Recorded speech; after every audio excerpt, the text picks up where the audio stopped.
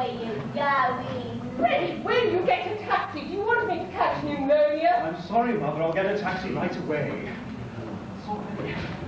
Oh, it's your son, is it? Well, you only gave on that mother short. You would let me call the poor girl's one and then run away with that fame for him. Oh, get on about your business, Shirley. Taxi! Taxi!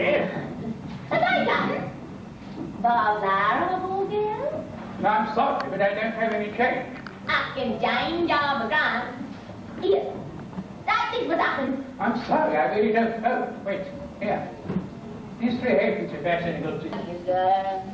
Hey, you're begging for an for it. There's a bloke back there behind the pillar, taking down every blessed word you're saying. I ain't got nothing more by being of a gentleman. I'm a right to tell darling I keep off this girl. I'm a respectable girl, so help me. I never spoke him except asking to buy a flower off me. What's the rat? Horrible noise. Is it Dick taking it down? I was there somebody charged me, you don't know what it means to me. Take away my character and drive off the street, they will be speaking to the gentleman. There. Who's hurting you, you silly girl? What do you take me for? I'm not Bible, I never said a word. Oh, shut up. But do I look like a policeman? Then what did you take down my words for? I don't know whether you took me down right. Nah, you just show me what you're out about, me. What's that? You brought a right, I'll go read that. I can. I say, Captain, I have to hire off the poor girl. Oh, isn't that going, Captain? I meant now, I'm not letting go. I'm never again for a word like that. Charge? I make no charge. Oh, fairness, sir, if you are a detective, you know begin protecting me against molestation from young women till I ask you. Anyone could see that the girl meant no harm. He ain't no Dick, he's a gentleman. Look at his boots. And how are all your people down in Chelsea? Who told you my people come from Chelsea? Never mind, they do. How do you come to be Ulster Far East? You were born in Lisson Grove. What are you there while they live in the ground? We want the fit for a pig to live in the Live where you like, but stop that noise. But come, he can't touch you. You have a right to live where you please. Yeah, I am. Boy, do you know where I'm from, man? Hoxton. Well, who said I didn't? Blimey, he knows everything, he does. Here, tell him where he comes from if you want to go fortune telling. Cheltenham, Harrow, Cambridge, India.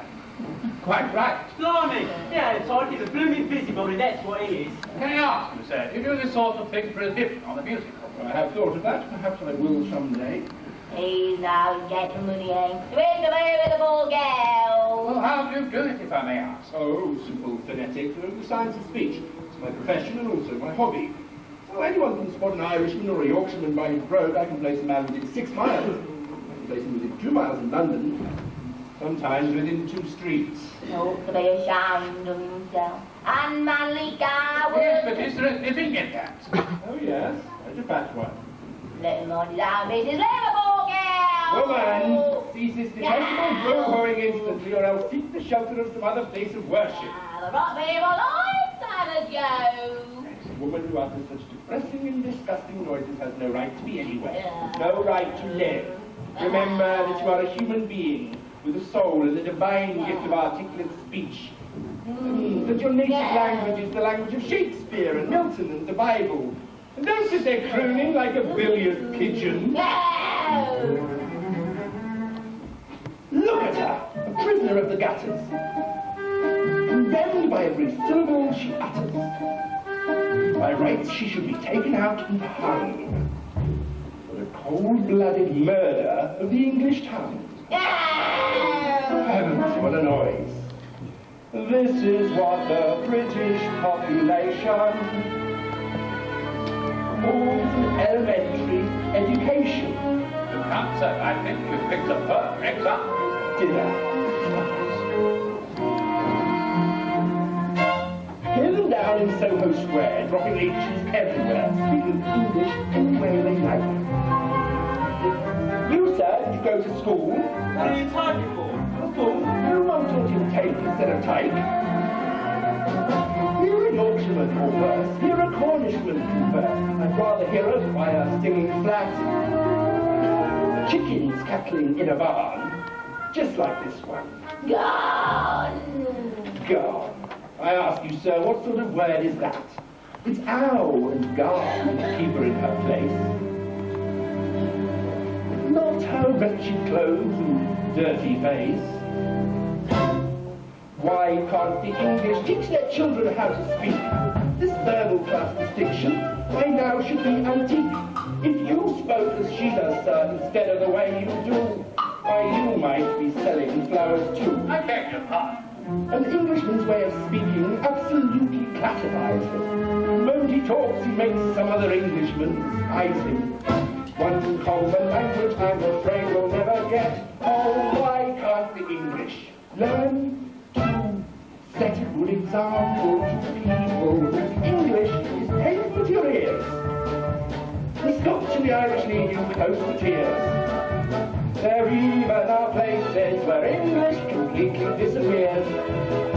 In America, they haven't used it for years. Why can't the English teach their children how to speak? Norwegians learn Norwegian. The Greeks are taught their Greek. In France, every Frenchman knows his language from A to Z. The French never care what they do, actually, as long as they pronounce it properly. Arabians learn Arabian with the speed of summer lightning. The Hebrews learn it backwards, which is absolutely frightening. But use proper English, you're regarded as a freak. Oh, why can't the English learn to speak?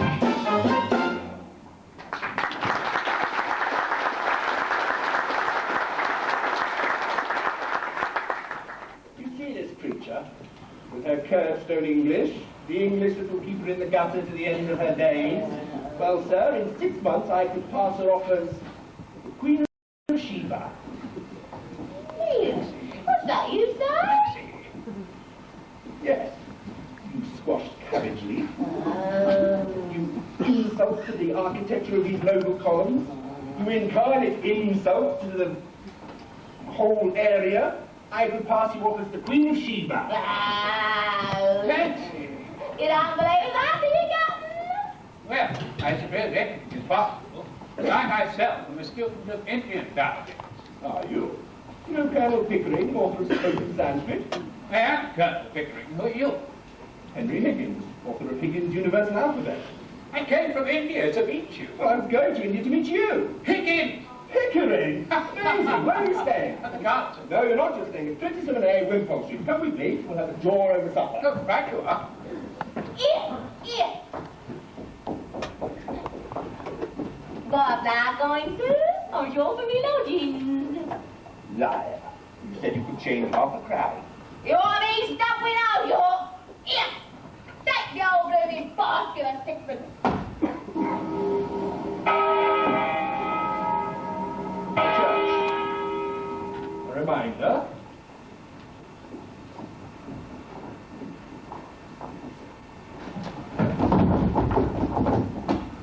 Indian dialects have always fascinated me. I have records of over 50 of them. After that, did you know there were over 200? By George, it's worse than I. Oh!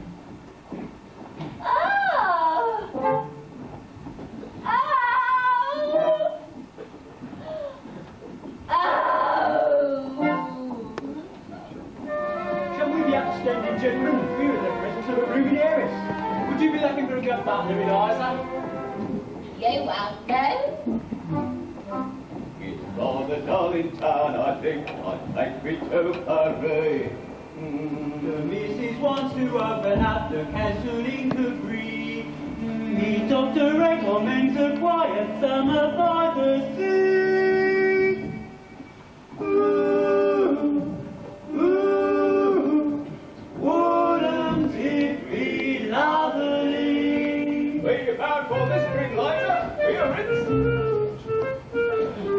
All I want is somewhere far away from the coastline air, with one enormous chair. Oh, wouldn't it be lovely?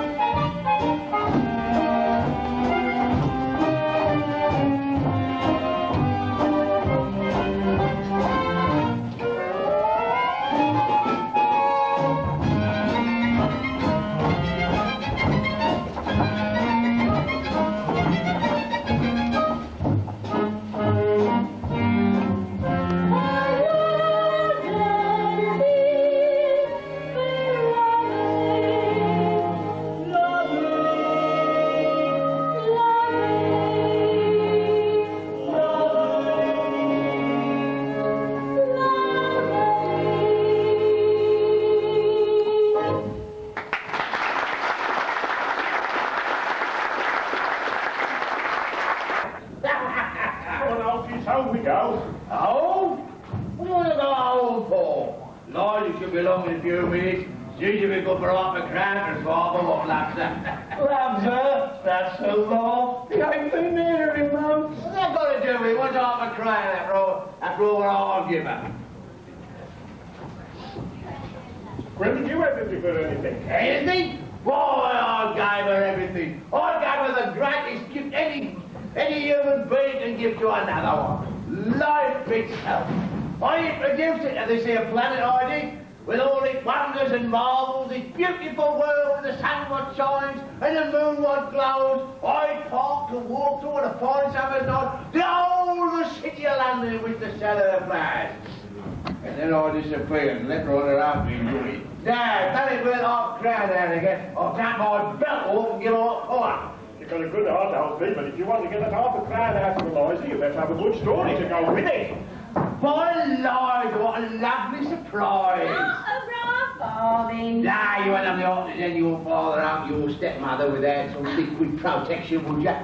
Stepmother. Ha! Stepmother indeed. Well, I'm willing to marry it. Me, what's happened, boy? Just 'cause I'm a slave to that woman Eliza, just 'cause I ain't her lawful husband. Damn, on you can't crown to go on, eh? Well, I'm coming to a bit like myself tonight, so here. Yeah. George, 3 glorious beers. But don't keep coming getting half a crown from me. No, you're a noble woman. There, boy, I told you not to go. It's just pain, oath, and a little bit of luck. The Lord above gave man an arm alive. Just how it did God and never should. The Lord above made man an arm alive. But with a little bit of luck, with a little bit of luck, someone else will do the blooming work. With a little bit, with a little bit, with a little bit of luck you'll never work. The Lord above made it a fortification to see if man could turn away from sin. The Lord above made it a fortification, but with a little bit of luck, with a little bit of luck, when temptation comes, you'll give her Ireland. With a little bit, with a little bit, with a little bit of luck, you'll get right in. Oh, you can walk the straight and narrow, but with a little bit of luck, you'll run the map. The gentle sex will make a man to marry, to share his death and see his prove his cause. The gentle sex was my man to marry, but with a little bit of luck, with a little bit of luck, he can get it all and not get on. With a little bit, with a little bit, with a little bit of luck, you won't get on. With a little bit, with a little bit, with a little bit of moving luck. With a little bit of luck, you won't find out. With a little bit, with a little bit, with a little bit of moving luck. Most Mrs. Pierce. A young woman wants to see you, sir. Young woman. She was. She had an interesting accent. Those convicts records, sir. Let's have her up. Show her up, Mrs. Pierce. Very well, sir. What do you say?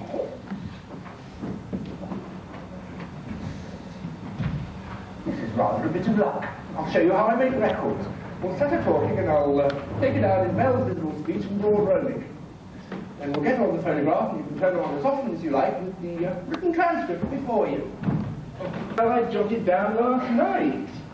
But all the records I wanted the little Roebling to go, I'm not going to waste another cylinder on that. Be off with you, I don't want you. Don't you be so saucy. You ain't heard what I got for yet. Did you tell him I came in a taxi? No, poor girl. Do you think a gentleman like Mr. Higgins cares what he paid me? Oh, you're proud. Well, we ain't about giving lessons, not him. I heard him say so. Well, I ain't coming in to ask for any compliment, and if my money's not good enough, I can go elsewhere. Good enough for what? Good enough for you. Now, you know, don't you? I've come to have lessons, I have, and to pay for them too, make no mistake. Well, what do you expect me to say? Oh, well, you're a gentleman, you might ask me to sit down, aren't we? Figuring. Shall we ask this baggage to sit down or shall we throw her out of the window? Oh, I've been child as bad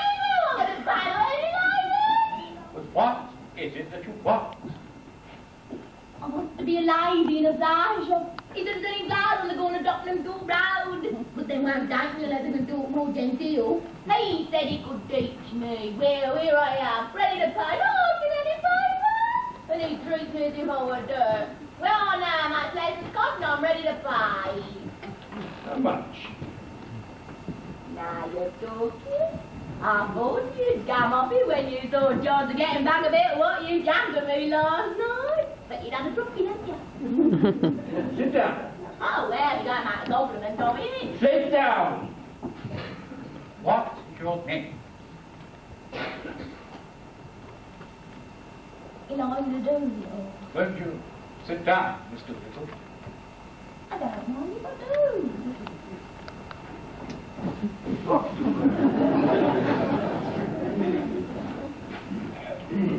And what do you propose to pay me for these lessons? Oh, well, I know what's right. A lady friend of mine has French lessons, 8 cents an hour from a real French gentleman.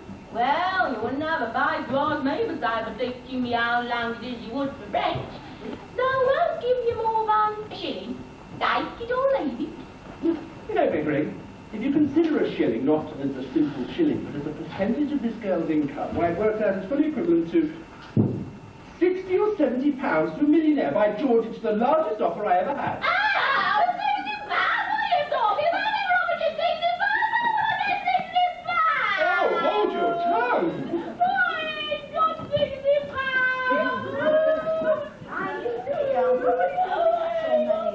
Oh, somebody's going to touch you. The broomstick if you don't stop snivelling. Sit down.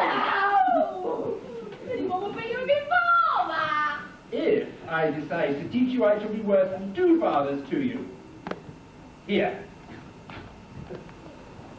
What's this for? Wipe your eyes. Wipe any part of your face that feels moist. Remember, this is the handkerchief, and this is your sleeve. Do not mistake one for the other if you wish to become a lady in a shop. Higgins, I'm interested. What about your boast that you could pass her off as a duchess at the embassy ball? I could say that you were the greatest teacher alive if you could make that. In fact, I bet you all the expenses of the expectant which you come to be and even pay. Oh, you're real good. Thank you, Captain. It's almost irresistible. She's so deliciously low. So horribly dirty. Oh, I do. Wash me 5 nuns before I come, Audie. I'll do it. I'll start today. Now, this moment. Take it away, Mrs. Pierce, and clean her. Sandpaper if it won't come off any other way. Is there a good fire in the kitchen? Yes. Well, good. Take off all her clothes and burn them. Bring up and order some new ones. If it gives you any trouble, wallop her.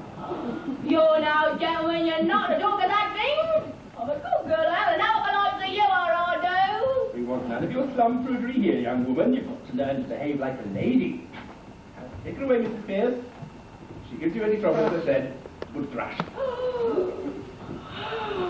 You won't go for police, I will. I don't need to put her. Well, then put her in the dustbin. It's reasonable. You must be reasonable, Mr. Higgins, really. You must walk over everyone like that. I walk over everybody? My dear Pickering, my dear Mrs. Pierce, I never had the slightest intention of walking over anybody. All I suggest is that we be kind to this poor girl. If I did not express myself clearly, it was because I did not wish to hurt her delicacy or yours.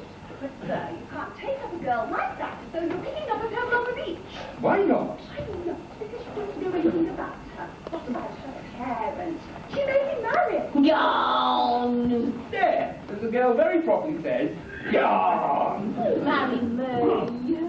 Oh, by George, Eliza. The streets will be strewn with the bodies of men shooting themselves for your sake before I've done with you. Yeah, I'm going away. There's all these jammies. I don't want no bomb mistaking me. Oh, indeed. I'm mad, am I? Very well. You needn't order the new clothes, Mrs. Pierce. Throw her out. Oh, stop, Mr. Higgins. I wouldn't now. It's not your parents, girl. I ain't got no parents. There. She ain't got no parents.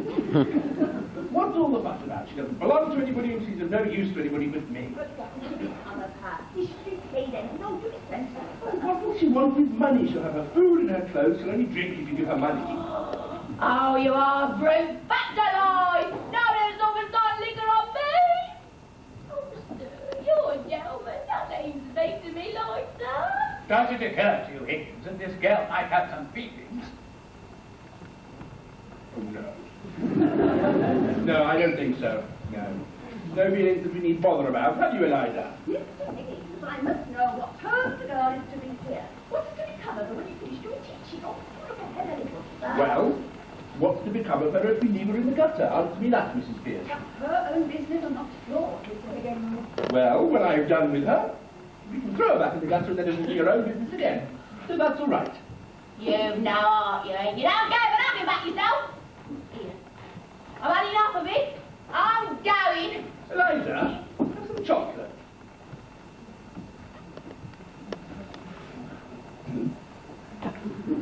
How do I know what might be in them? I've heard a girl being dragged by like you. Pledge of good faith, Eliza. I eat one half, and you eat the other half. Think of it.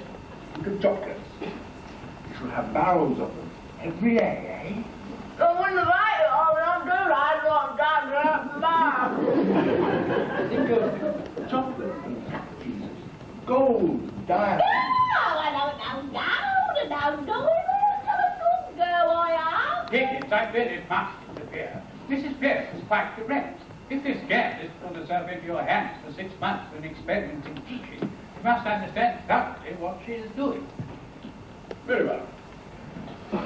Eliza, you are to stay here for the next 6 months, learning how to speak beautifully, like a lady in a shop.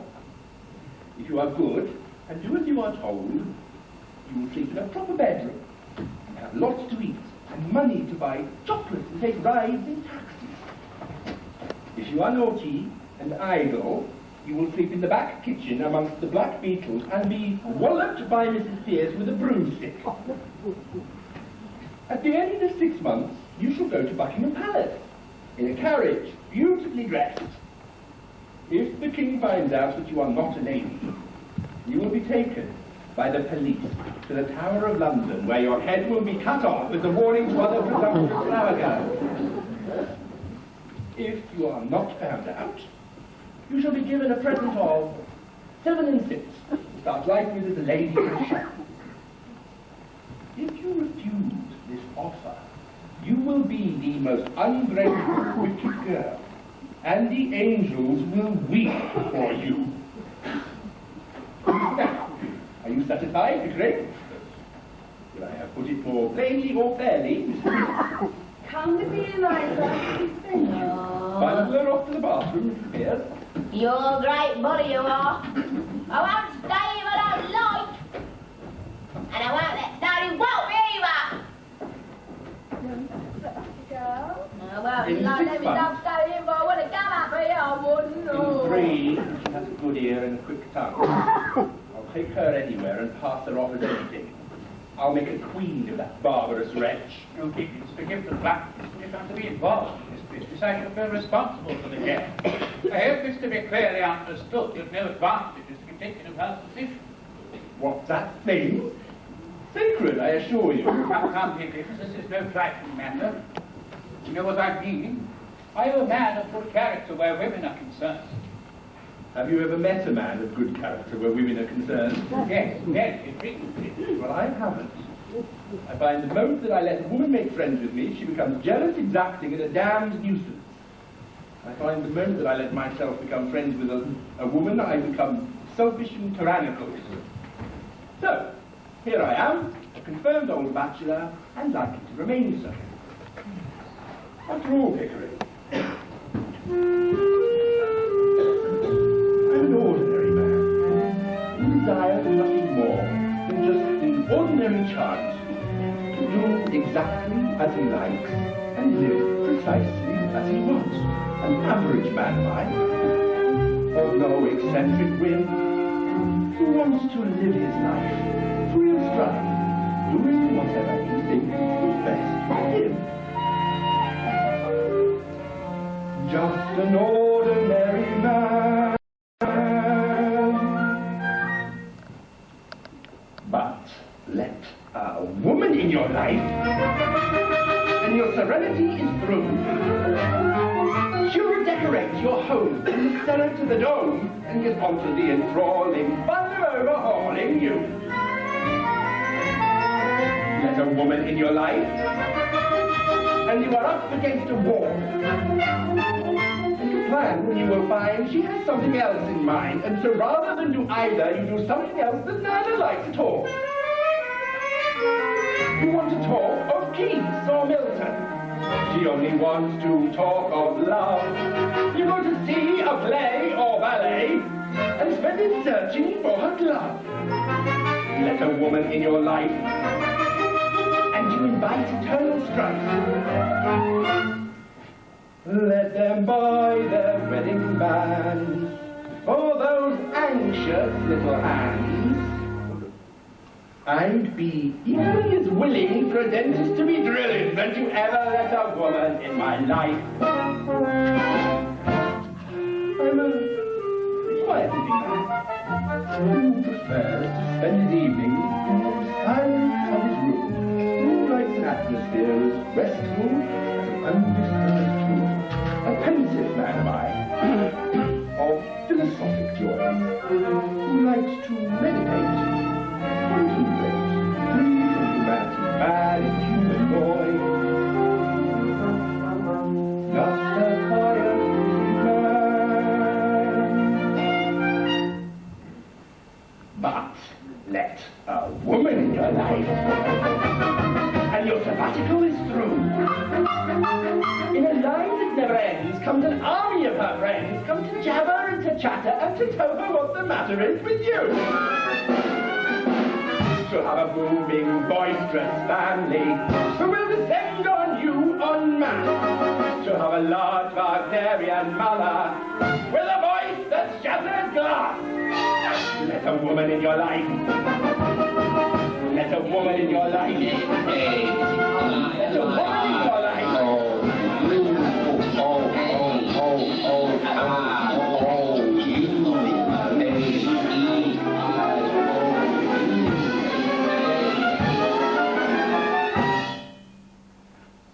I shall never let a woman in my life.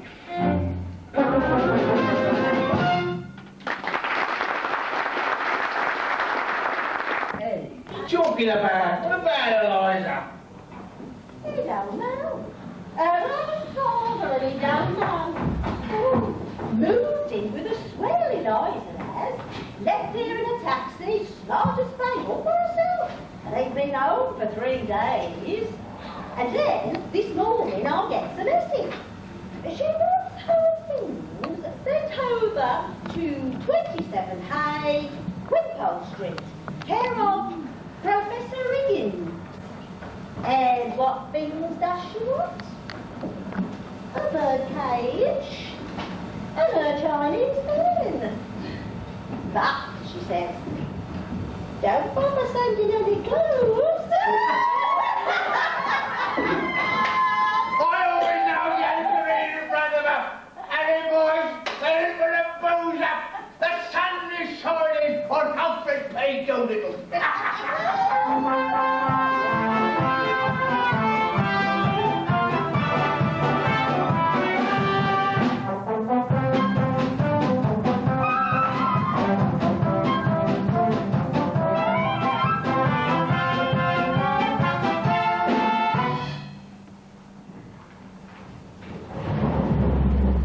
Not her on working the girl that way. Making her play the alphabet over and over from sun up to sundown, even during meals. Where would it stop? Then she does it properly, of course. Is that all, Mrs. Spears? No, sir, the nail. Well, pay the bills and say no to the invitations. Is that all? No, sir. There's another letter from that American millionaire, S.G. Wallingford. He still wants you to lecture at his Moral Reform League. Throw it away. That third letter he's written to you, sir. You should at least ask answer it. Oh, all right. Leave it on the desk. I'll get to it. If you please, sir, there's a dustman downstairs. Alfred Doolittle. Says you have his daughter here. Well, I say, Sure, the blackguard up. you may not be a blackguard, Higgins. Nonsense. Of course he's a blackguard. Whether he is or not, I fear we shall have to pluck with him. Oh, I don't think so. If there's any trouble to be had, he shall have it with me, not I with him. Doolittle, sir. Professor Higgins. Here. Good morning. Morning, Governor. Come about a very serious matter, Governor. Morning, Hounslow, Mother Welch. What is it you want, Doolittle? Oh, my daughter, that's what I want, see? Of course you do. You're her father, aren't you? I'm very glad to see there's some spark of family feeling left. Well, she's ushered here. Take her away at once. Hey, what? Take her away. You don't suppose I'm going to keep your daughter for you, do you? No, Governor. That's reasonable. He's a parenting to take up a man like this. The girl belongs to me. You've got to where do I come in? How dare you come here and attempt to blackmail me? You sent her here on purpose. No, Governor, stand like a man like that. Oh, the police shall take you up. This is a plot to extort money by threats. I shall phone the police.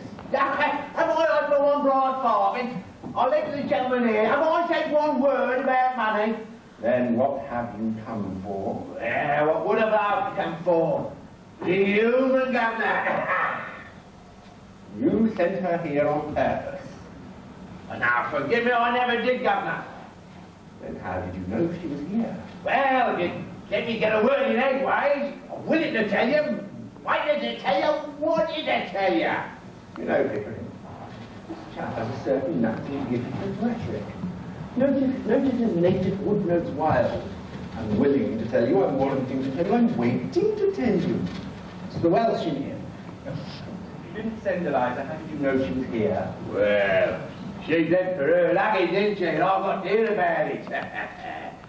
She said she didn't want no. Well, what on to think from that, Governor? Now, I asked you, as a parent, what was I to think? Oh, you came to rescue her from worse than death. Just so, Governor, that's right.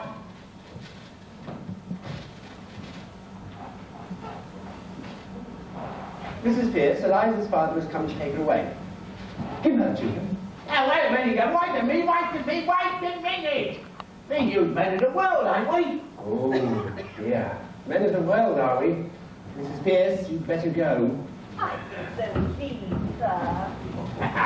Come now, take a sort of a fancy to you, and, well, if you want the girl, I ain't set on having her back home again. But what I would be open to is an arrangement. All I ask is for my rights as a parent. You wouldn't expect me to let her go for nothing, and you'll be the last one on earth for that. You don't see all the straight sort, Governor. So, what I found to you, and what the Lord's to me. I think you also know Mr. Higgins' intentions are entirely honourable. Of course they are, Governor. If I thought they wasn't, I'd be asking 50. Do you mean to say you would sell your daughter for £50? Have you no morals, man? Yeah, Governor. I'm for them. The only you do is as poor as me. Not that I mean any harm, mind you, but well, Eliza's making something out of this, then why not me? Look at it my way. Why am I? Now I ask you, what am I? I'm one of the undeserving poor. You know what that means to a man? It means he's up against middle-class morality for all the time. There's anything going and I want a bit of it, it's always the same story. How you don't deserve it, you can't have any. But my need is just as great as the most deserving widow that ever got money out of 6 different charities in a week for the death of the same husband. I don't need less than a deserving man, I need more. I don't need any less on you than he does, and I drinks, well, I drinks a lot more. I'm being straight with you, Governor. I ain't pretending to be deserving, I'm undeserving. And I intend to go on being undeserving. I like it, and that's a fact. What would you do a man out the fright of his daughter that he brought up, raised, fed, clothed, by the sweat of his brow until she becomes interested in you, new gentleman? Is £5 unreasonable? put it to you, and I leaves it to you. Pickering, if we were to take this man in hand for 6 months, he could choose between a seat in the cabinet and a popular pulpit in Wales. £5, I think you said. You make bad news of it, I'm afraid. Nah, so help me, Governor, I won't. Just one good spree for me and the missus, bringing pleasure to ourselves, employment to others, and satisfaction to you, knowing that you ain't wasted your money. You couldn't spend it better, Governor. It's irresistible. Let's give him 10. No, Governor, the missus wouldn't have the heart to spend 10. £10 is a lot of money. Makes a man prudent like. Then goodbye happiness. Now, you give me what I ask for, not a penny more, not a penny less. You know, I've far put off the line in encouraging this sort of immorality. I say, Doolittle, why don't you marry that missus of yours? Marriage isn't so bad. After all, you married Eliza's mother. Who told you that? Well, nobody told me, but one is Sylvia. Pickering, if we listen to this man another minute, we shall have no convictions left. £5. Thank you, Governor. Morning, gentlemen. I won't! Step on, I won't say those bloody vows one more time. Blimey, it's Eliza. What are you doing here? Yeah, that's your lip. Don't you give none of these gentlemen none of your lip neither. Any trouble with her, Governor? Few licks in the strap to whack me through her mind. Good morning, gentlemen. Cheerio, Eliza. By George, there's a man for you. Philosophical genius of the first water. Mrs. Pierce, write to Mr. Ezra Wallingford and tell him if he wants a lecturer to get in touch with a Mr. Alfred P. Doolittle, a common dustman, but one of the most original philosophers in this country. Here, what did he come for? Say your vowels. I know me vowels. I knew them before I came. If you know them, say them. A-E-I-O-U.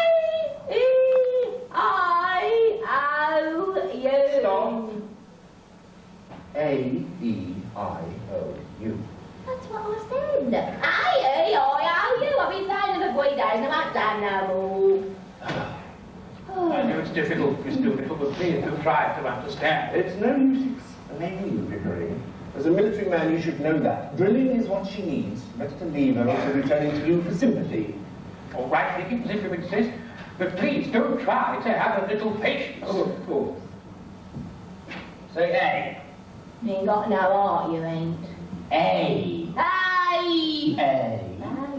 A. Aye! A. Aye! Aye! I promise you, Eliza, you will pronounce your vowels correctly, although we have lunch, no dinner, and no chocolates.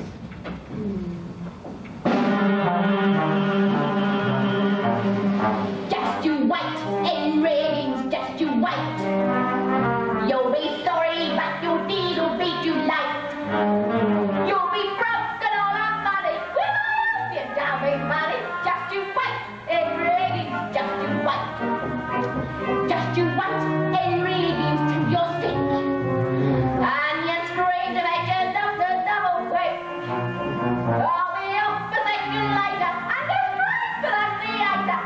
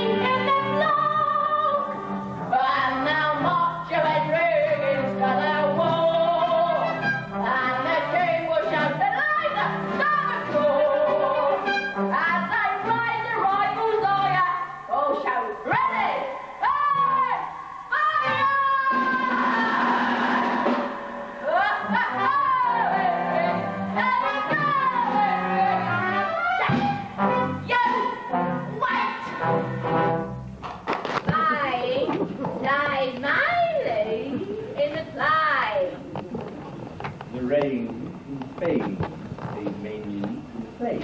Did I say that? You didn't even say that. Every night, before you get into bed, you used to say your prayers. I want you to say the rain in Spain stays mainly in the plain 50 times. You'll get much further with the Lord if you learn not to offend his ears. Now, your H's. Figuring this is going to be ghastly. Oh, come on, give the girl a chance. Of course, no one expects her to get it right first time. Now, attention. You see this flame? Every time you say your H's correctly, the flame will waver. Every time you drop your H's, the flame will remain stationary. That is how you will know you have done it correctly. In time, your ear will learn to hear the difference. Listen, Elijah. In Hertford, Hereford, and Hampshire, hurricanes hardly ever happen. Now repeat after me. In Hertford, Hereford, and Hampshire, hurricanes hardly ever happen. Go on.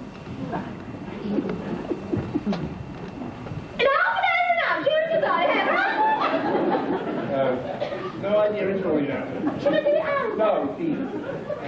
Really must start from the very beginning. Do this, Eliza.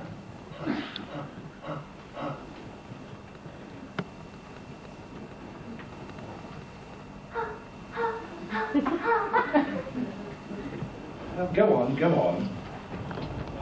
The same thing holds true in India, Pickering. The peculiar habit of not only dropping a letter like the letter H, but putting it somewhere where it's not supposed to be.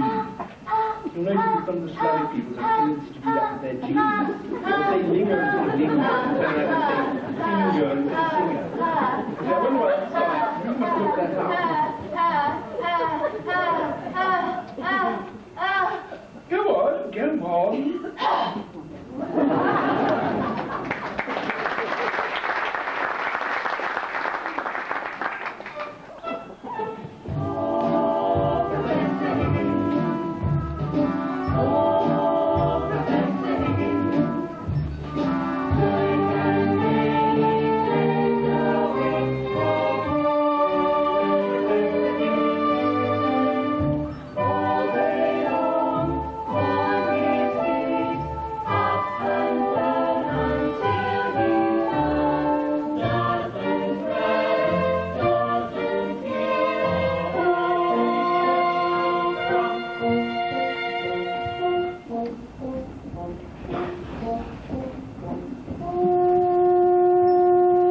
Kind of you.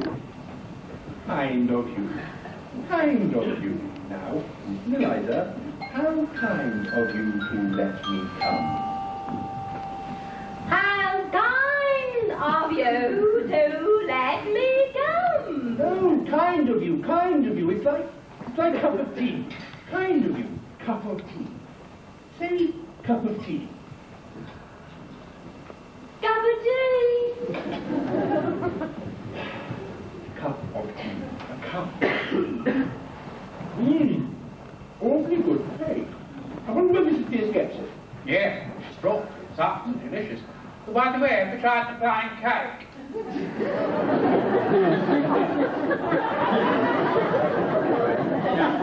Try it again. Have you? No, Pickering. Try it again, Eliza. Cup of tea. Can't you hear the difference? Put your tongue forward until it presses against the top part of your lower teeth. Now, say cup. You now say oh. Oh. Now say cup, cup, cup, cup. Oh. How,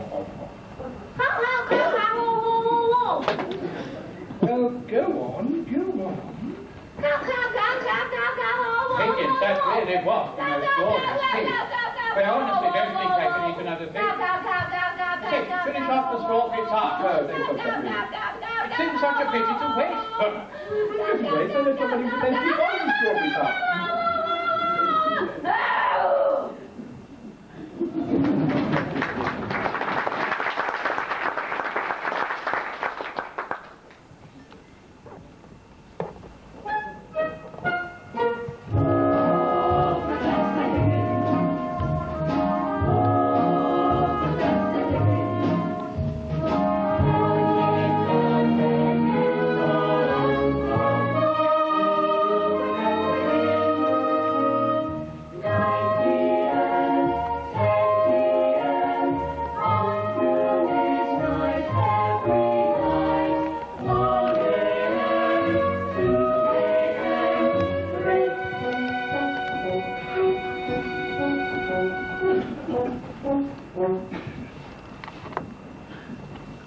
5, 6 marbles. Now, I want you to read this card and enunciate each word just as if the marbles were not in your mouth. With blackest moss, the flower pots were thickly crusted, one and all. Each word as clear as a bell.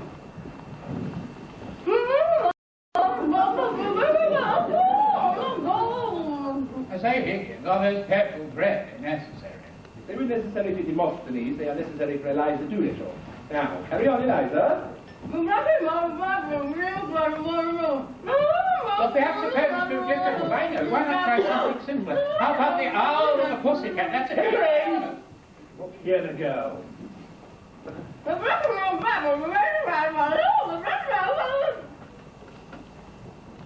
Why have you stopped?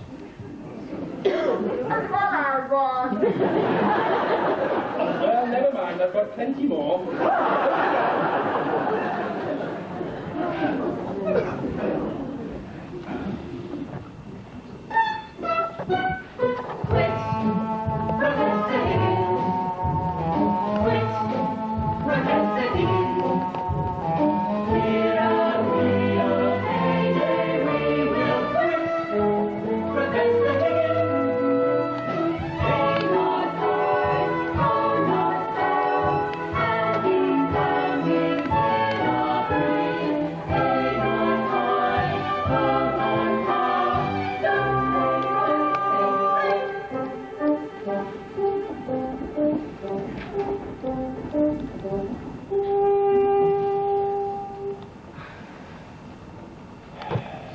The rain in space.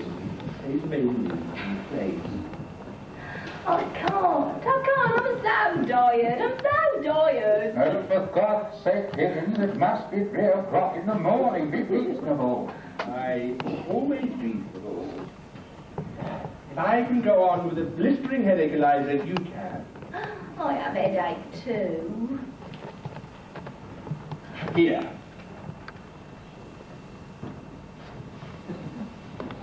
Eliza, I know you are tired. I know you're heavy. I know that your nerves are as raw as meat in a butcher's window. But think what you are trying to accomplish. Think what you are dealing with. The majesty and grandeur of the English language. The greatest possessions we have. The noblest thoughts and sentiments that have ever flowed through the hearts of men are expressed in a majestic, imaginative, and musical mixture of sounds. That is what you have set yourself to conquer, Eliza. And conquer it you will. Now, try again.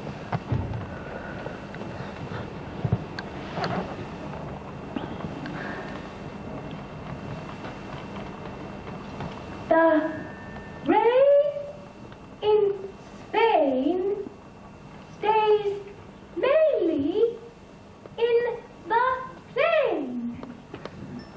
What is that? The rain in Spain stays mainly in the plain. Again.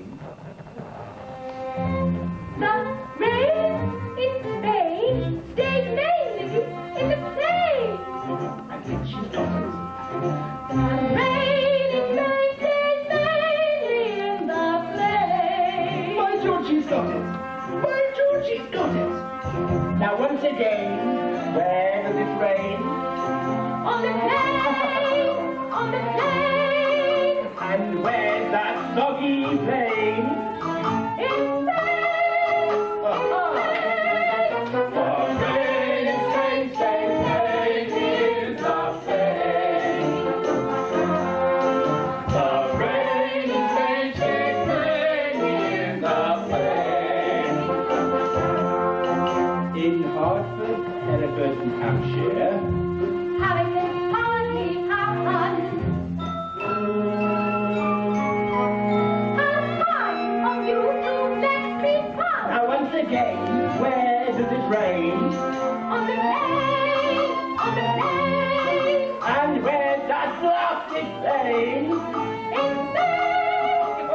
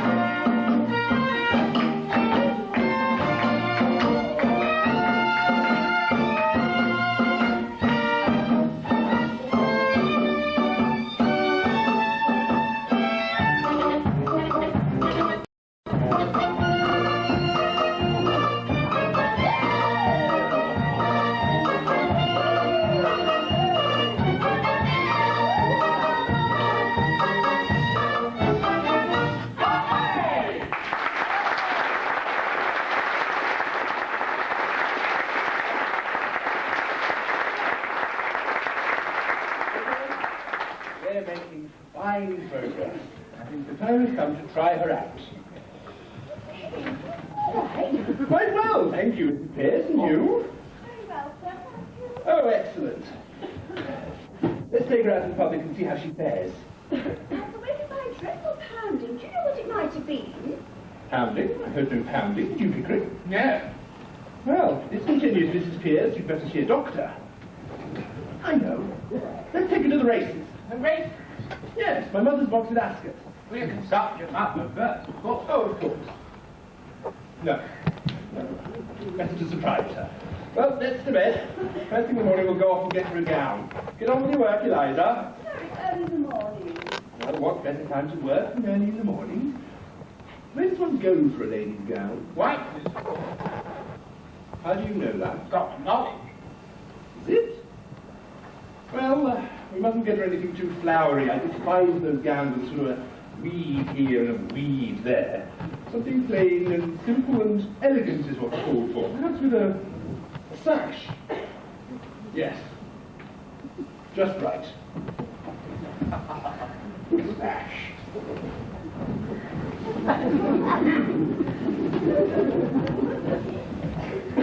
You've all been working much too hard. The strain is beginning to show. Eliza, I don't care what Miss Baby says, you must put down your book and go to bed. Bed, I couldn't go to bed. My head too light to try to set it down. Sleep, sleep, I couldn't sleep tonight. Not for all that you will feel around. I could have danced all night. I could have danced all night and still have begged for more. I could have spread my wings and done 1,000 things I never done before. I'd never known what made it so exciting. Why at once my heart turned bright. I only know when he never danced with me. I could have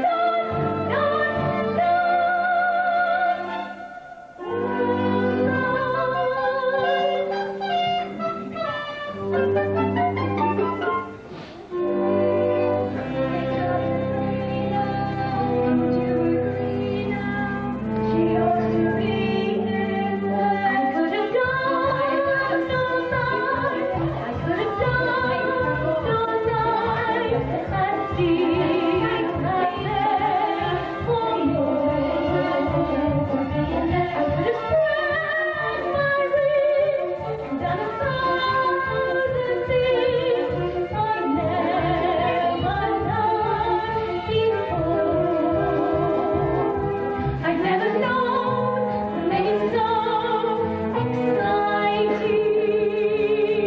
Why at once my heart turned bright.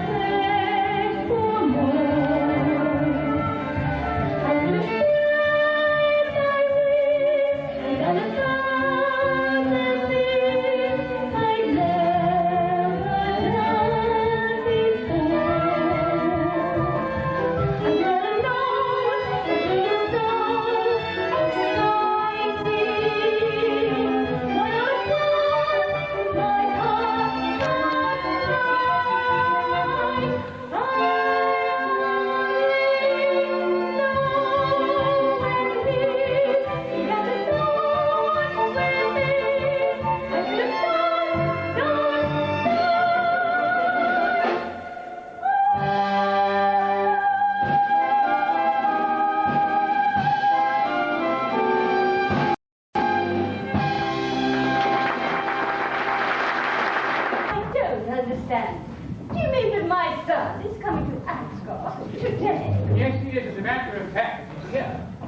What a disagreeable surprise. Well, he has. Ascot is usually the one place I can come to and not run the risk of seeing my son Henry. Well, Whenever my friends see him, I never see them again. He had to come to see. He's taking the girl to the annual embassy ball, and he wants to fly around first.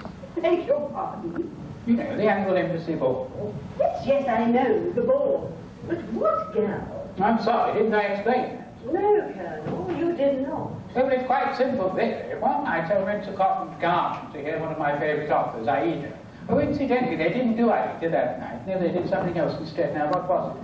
Gotterdammerung. I always say that's a brackety one, Gotterdammerung. Now, when this tenor chap stood up and started to... What about the girl, Colonel? Oh, as I was coming out, I met your son Henry, who in turn met Miss Doolittle, who now lives with Henry. Lives with Henry? Oh, is it a love affair? No, heavens, no. She's a flower girl who picked her up off the curbstone. Flower girl? Yes, Higgins said to me, you see this girl, in 6 months I could pass her off as a duchess. And I said to him, no, you can't, nonsense. And he said, I expect that she can't, and I did, and it is. Oh, the bell for the race.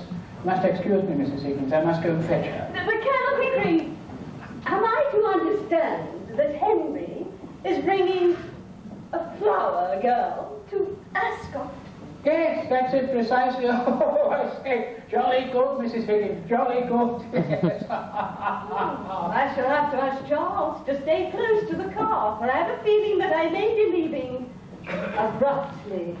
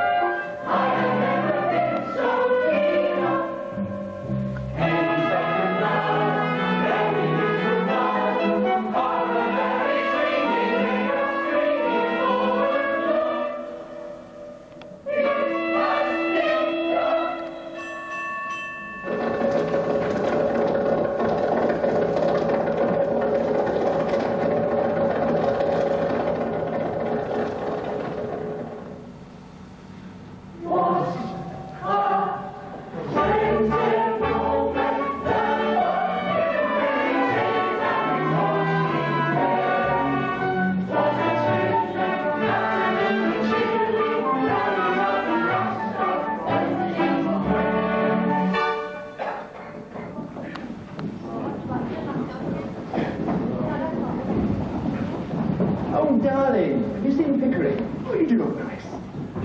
I saw Colonel Pickering, yes, and Henry dear, I am most provoked. I've heard that you're bringing a common flower girl from Covent Garden to my box. Oh, she's all right. I've taught her how to speak properly, and she has strict instructions as to her behaviour. She keeps to the just two subjects, the weather and everybody's health. Sort of a fine day, and how do you do, that sort of thing. Not just go off about things in general. You help her along, darling, you'll be quite safe. Safe? To talk about our health in the middle of a race? Well, she's got to talk about something. Why, Henry, you're not even dressed for Ascot. I changed my shirt. Oh, well, where is the girl now? Oh, being pinned in the clothes we bought. Quite fit. I told Pickering we should have taken her with us. You're a pretty pair of babies, aren't you? Playing with your live doll. Ah, Mrs. Hinesford Hill. Oh, damn, all these people with you. your celebrated son. Yes, but I'm afraid my celebrated son has no manners. He may be the life and soul of the Royal Society soirees, but he can be rather trying on more commonplace occasions. Ah, Colonel Pickering. Why, you're just in time to see. Thank you, Mrs. Higgins. May I introduce Miss Eliza Doolittle? My dear Miss Doolittle. How kind of you to let me come. Delighted, my dear. Mrs. Hansford Hill, Miss Doolittle. How do you do? How do you do? And Lord and Lady Boxington, Miss Doolittle. How do you do? And Freddie Hansford Hill, Miss Doolittle. How do you do? How do you do? Miss Doolittle. Good afternoon, Professor Higgins.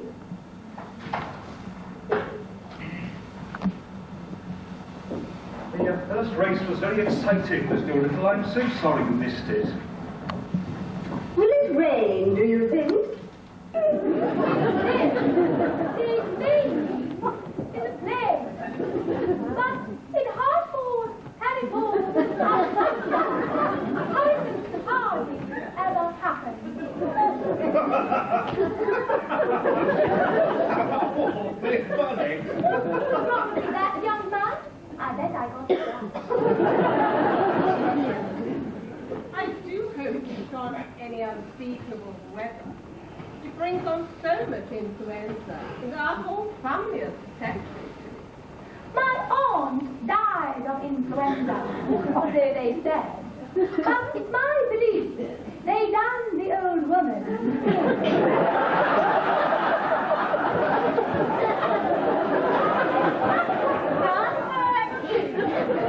Dreadful, lovely. Why should she die of influenza when she got through diphtheria right enough the year before? Fairly blue was it she was? They all thought she was dead. But my father, he kept lacing gin down. Then she came to so sudden, she ripped the bones off the spoon. Dear me. Now, what cause would a woman with that strength in her have to die of influenza? And what's become of her new straw hat that should have come to me? Somebody thinks.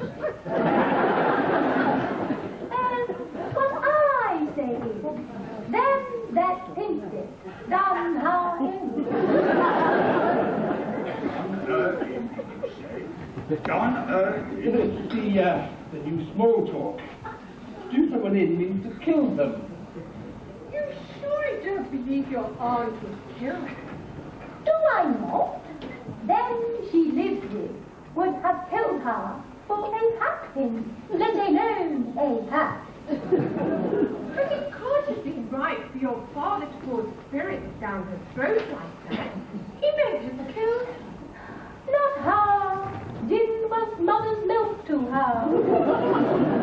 Besides, he poured so much down his own throat, he knew the good of it. Why, my word, something bonnet. What are you sniggering at? The new small talk. You do it so awfully well. If I was doing it proper, what would you laughing at? Have I said anything I oughtn't? Not at all, my dear, not at all. Well, that's the mercy anyhow. What I always say is... Excuse me. This is the time to call the next race. The race bet. I'm afraid not, Colonel Pickering. Now, I had a bet on number 7. I should be so happy if you would take it. It would enjoy the race ever so much more. That's very hard. His name is Duke.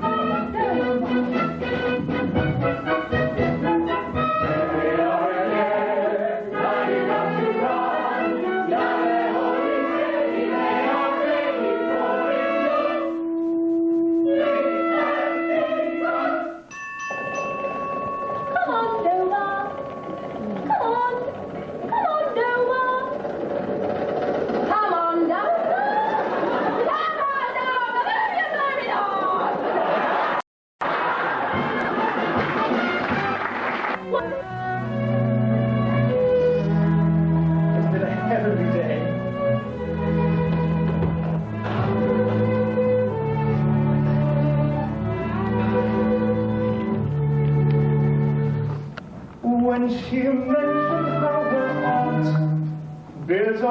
soon.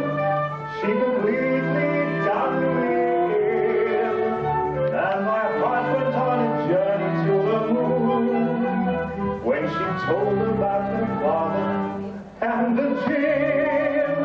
And I never saw a more enchanting part than the moment when she shouted, "Move your blooming up!"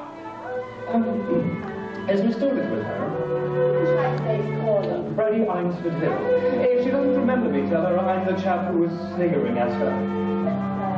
Oh, and would you give her these? You needn't rush. I want to drink in this street where she lives.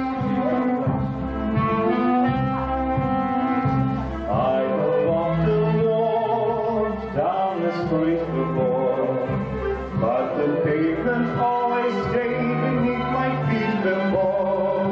All at once a night, several stories high, knowing I'm on the street where you live, on the lilac trees in the heart of town. Can you hear a lark in any other part of town? Doesn't your telephone knock on every door? No, it's just on the street where you live. And oh, a towering feeling just to know somehow you are near. The overpowering feeling that any second you may suddenly appear. People stop and stare, they don't bother me, for there's nowhere else on earth that I would rather be. Let the time go by, I won't care if I can be here on the street where you live.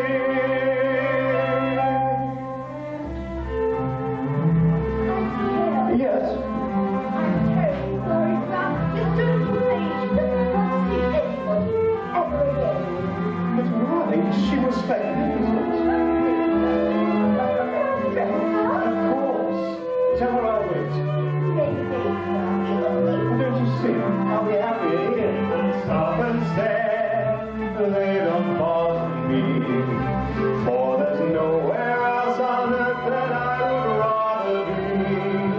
Let the time go by, I won't care if I can be here on the street where you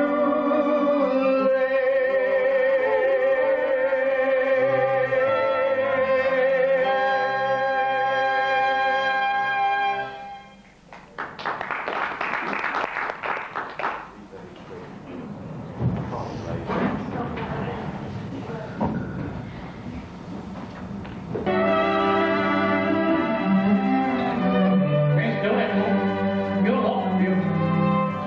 Thank you, Colonel Pickering. Don't you think so, Higgins? Not bad. Not bad at all.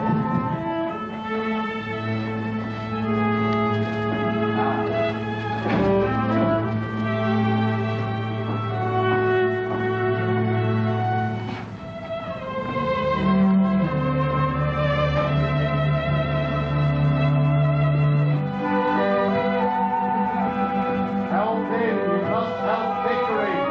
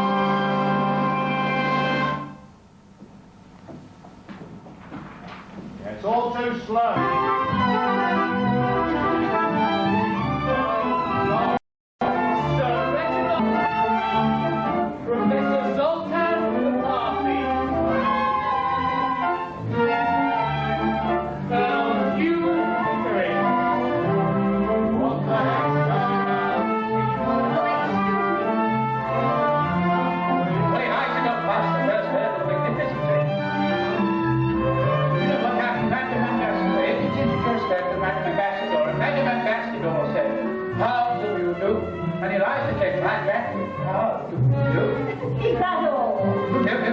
When it was my turn, birthday ambassador, his wife said to me, Colonel Pickering, who is that captivating creature with Professor Higgins?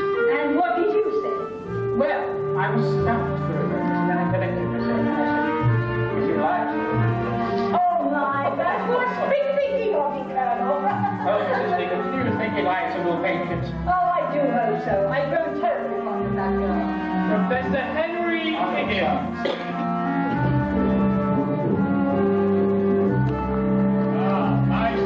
Maestro.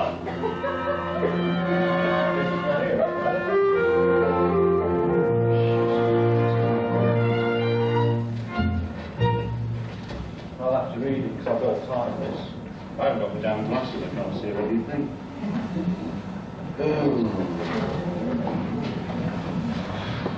No, don't you? The devil are you? I am your pupil, your first, best and greatest pupil. I am so thankful about that marvelous boy. I made your name famous throughout Europe. You teach me phonetics. You cannot forget me. Why don't you shave? I have not your imposing appearance, your figure, your brow, only not to see when I shave.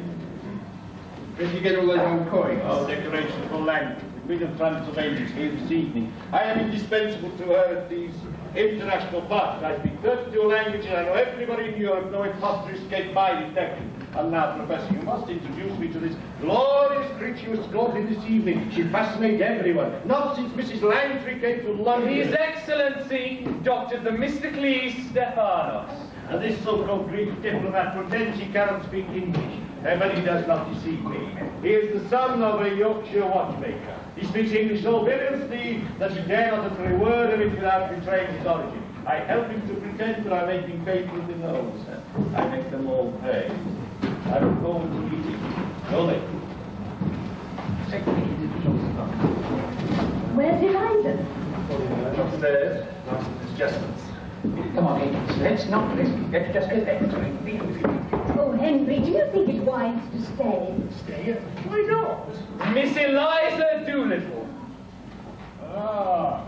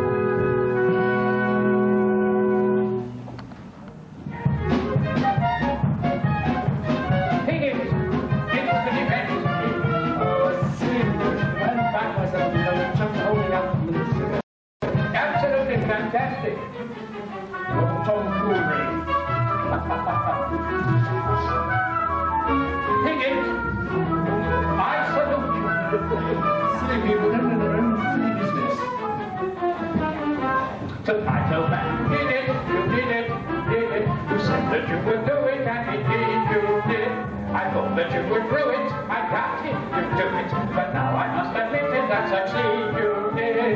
You should get a medal for being made a knight. Nothing. Really nothing.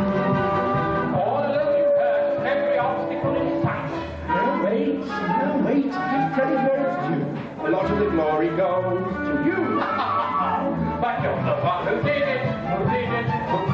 As sturdy as Gibraltar, not a second did you falter. There's no doubt about it. You did it. I must admit the years and nights and times I thought I'd die and fright. Never was there a momentary fall.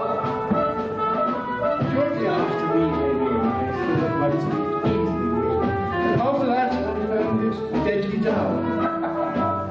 You should have heard the hymns and arts and everyone wondering who she was. You think they'd never seen a lady before?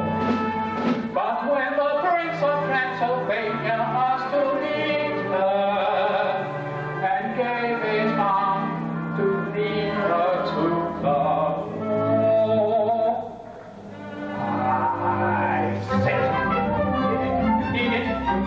They thought she was emphatic and so damn aristocratic, and they never knew that you did it. Well, having forgotten about it, it went to him all flying abroad. He was there all right, down to his old tricks. But he just went on Gary, wasn't it? Yes. That blackguard that uses the style of speech for to blackmail us with you and teach. He made it the devilish business of his to find out who this Miss Doolittle is. I looked around there, it was that hairy house of Budapest. Never leaving that alone, never have I ever known a Budapest. I found the outside this was foolish not to have jumped in her. So I stepped aside and let him dance with her. Oozing charm evermore, the oil his way across the floor. Every trick that he could play, he stripped her up to rest. When at last his dance was done, he slowly then, with a voice too eager, the smile broad, he announced to the hostess that she was a fraud. Yellow.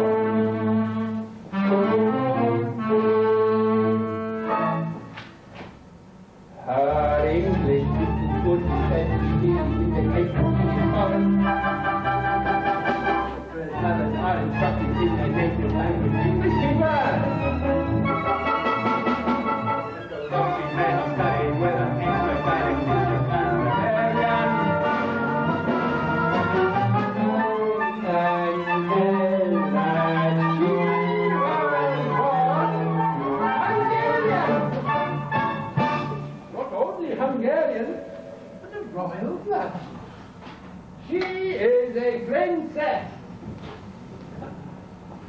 Her blood was more than the Danube for everyone. She loved the original of my place. She was arrogant and but actually I never was. So she was even another member of her race. And he was glad to not to be Hungarian Alpha, Hungarian Rhapsody.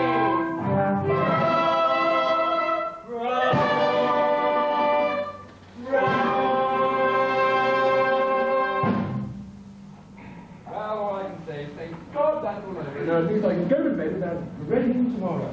Good night, Mr. Higgins. Good. Yes, I think I shall turn you too. It's been a tremendous evening. Good night, Higgins. Good night, Bigly.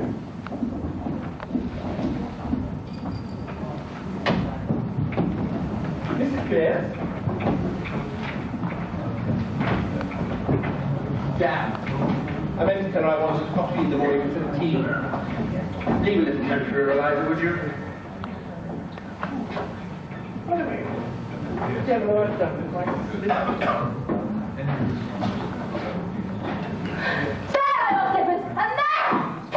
must be any feelings between the likes of you and the likes of me. Please, will you tell me what I may take away with me? And what I may not? You may take the whole damned household. Except the jewels. They're hired. Will that satisfy you? Stop, please. Will you take these to your room and keep them safe? I don't want to run the risk of their being missing. Put them over. If these belong to me instead of the jeweler, I'd ram them down your ungrateful throat. This ring isn't the jeweler's. It's the one you bought me, right? I don't want it now.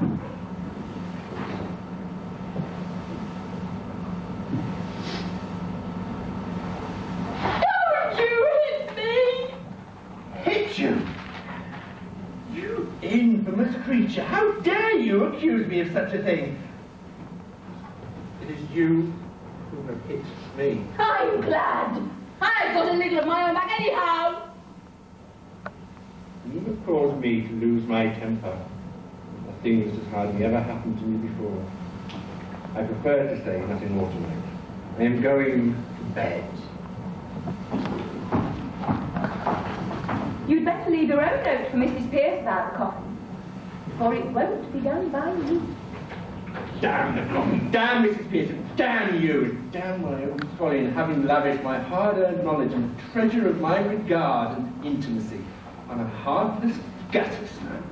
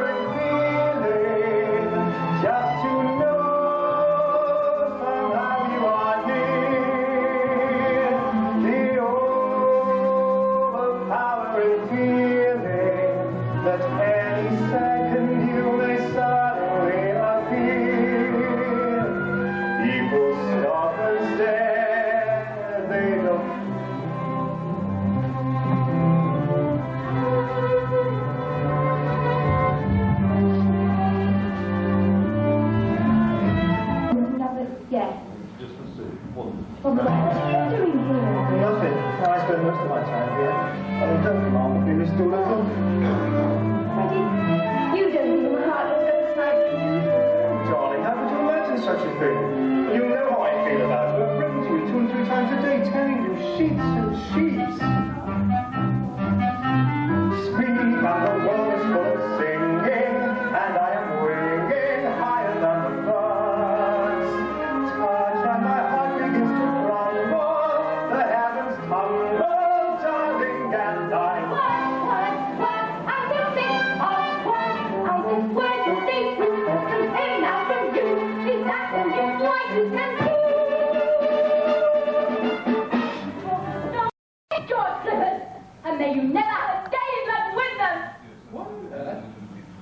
What's the matter? Is anything wrong? Nothing's wrong with you. I won your bet, or you haven't done. That's enough for you. I don't matter, I suppose. You won my bet. You, the social insect.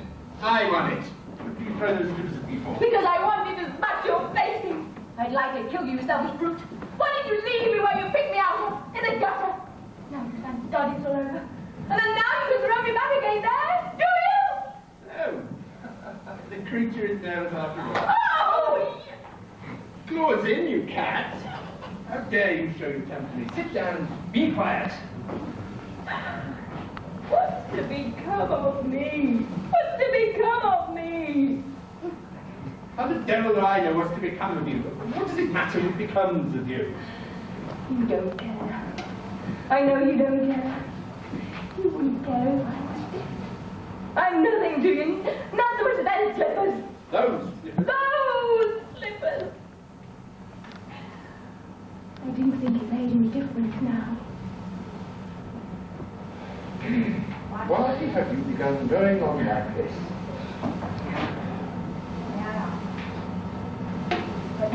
May I ask whether you complain of your treatment here? No. Has anyone behaved badly to you, Colonel Pickering, Mrs. Pierce? No. You don't pretend that I have treated you badly. No. Well, very glad to hear it. Perhaps you're tired after the strain of the day. Would you like chocolate? No! Thank you. I suppose it was only natural for you to have been anxious, but it's all over now. All this irritation is purely subjective. I don't understand. I'm too ignorant. Well, it's only imagination. Nothing's hurting you, nothing's wrong. Come along, you go to bed like a good girl. Let me cry and I'll say your prayers and then you'll feel more comfortable. I heard your prayers. Thank God it's all over. Well, don't you think, God, it's all over? You're free, you can do what you like. What am I fit for? What have you left me fit for? What am I to do? Where am I to go? What's to become of me? That's what's worrying you, Ron. Worry about that if I were you. I should imagine you wouldn't have too much difficulty settling yourself somewhere or other.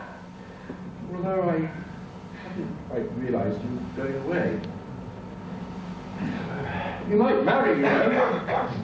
See, Eliza, not all men are confirmed old bachelors like me and the Colonel. Most men are the marrying sort. Poor devils. And they're not bad looking. It's quite a pleasure to look at you sometimes. Well, not now, of course, you've been crying. You look like a very devil, but when you're all right and quite yourself, you're what I should call attractive. Come. Get a good night's rest. When you get up in the morning, you look at yourself in the glass, and you won't feel so cheap. Oh, I dare say my mother could find some chap brother who do very well. We were above that in Covent Garden. What do you mean? I sold flowers. I didn't sell myself. Now you've made a lady of me, I'm not fit to sell anything else. Tosh. Complete tosh. You needn't insult human relations by bringing all that cant about buying and selling into it. You don't have to marry the fellow if you don't want to. What else am I to do? I don't know. I mean, lots of things. What about the old idea of a flower shop? Pickering can set you up in money. He's got lots of money, and that, with the hire of the jewellery and the togs you've been wearing, should make a big hole in £200.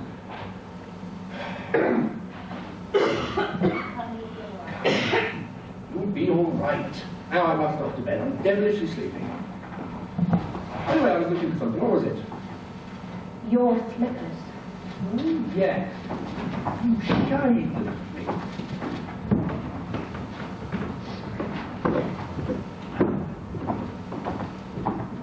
Before you go, sir, do my clothes belong to me or to Colonel Pickering? Devil used to be to Pickering. Why must you go on about this in the middle of the night? I want to know what I may take away with me. I don't want to be accused of stealing. Stealing? shouldn't have said that, Eliza. That shows a want of feeling. I'm sorry. I'm only a common ignorant girl. And in my station, I have to be careful. There can't be a bar. You're in love. Show me. Tell me the dreams filled with your love. You're a star. Show me. Together in the middle of the night. Do it on the string. Just hold me tight. You'll never be loved till you're not. This is no time for a touch.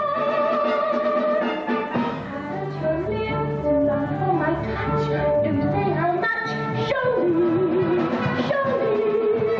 Don't talk about lasting through time. Make me your undying mind. Show me now.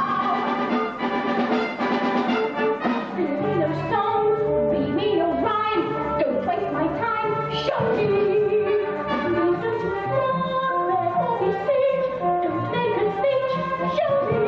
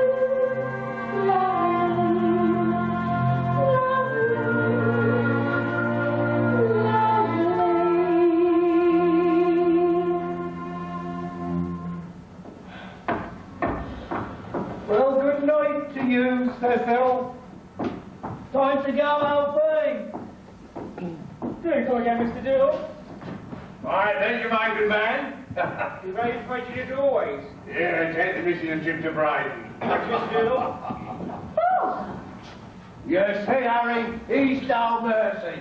Spent the latest pie on me, did him in misery. Me own flesh and blood. Well, I'm miserable, all right, you can tell him that straight. What are you talking about? That's What are you dressed it. up for? As if you didn't know. You go back to that Wilpole Street devil and tell him what he's done to me. What has he done to you? He ruined me, that's all, ruined me. Destroyed me happiness. Tied me up and delivered me to the middle class morality. And don't you defend him. Was it him or was it not him who ran that American piece of Wallingford, who was given 5 millions to fund moral reform societies and tell him the most original moralist in England wasn't Mr. Alfred P. Doolittle, a common dustman. That sounds like one of his jokes. Yeah, and what you want to get a joke? But he put the lid on me right enough. Lad died and left me £4,000 a year in his will. Come on, Alfie. In a couple of hours, we're going to be at the church. Church? Yes, the deepest cat of all. Why do you think I'm dressed up like a raggy pallbearer? Your stepmother wants to marry me. Now I'm respectable. He wants to be respectable. Well, if that's the way you feel, why don't you give the money back? Ah, that's the tragedy of it, Eliza. We're intimidated. That's what we are, intimidated, Eliza. I ain't got the nerve. And that's what I am, brought up by your precious professor. Not my precious professor. Sent you back to me, has he? First he chucked me to the middle class, then he chucks you out to make a look after you. All part of his plan. Well, you double cross him, Eliza. Don't you come after me. Don't you take that off me. You stand on your own 2 feet. You're a lady now, and there, you do it. Eliza, it's getting awfully cold in that taxi. You come to see me turned off this morning, 10 o'clock, St George's Amber Square. You'll be very welcome, but I don't know. Wouldn't really have boys, it. No. No, thank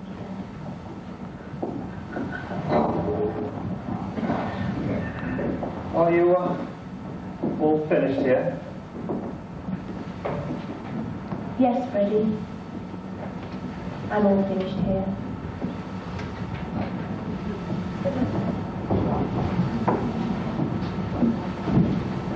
Come along, Alfie. How much longer have I got? There's just a few more. That's all the time you've got. A few more hours before they find the Lord. There's vixen girls all over London, and I'm going to track them down in just a few more hours. I'm getting married in the morning. Ding dong, the bells are gonna chime. All I have to stop back. Let's have a walk back and get into the church on time.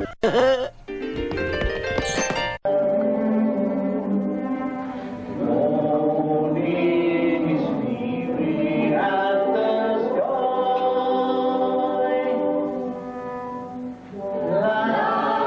Light is raining. Daylight is breaking. Good luck, old chum. Good health.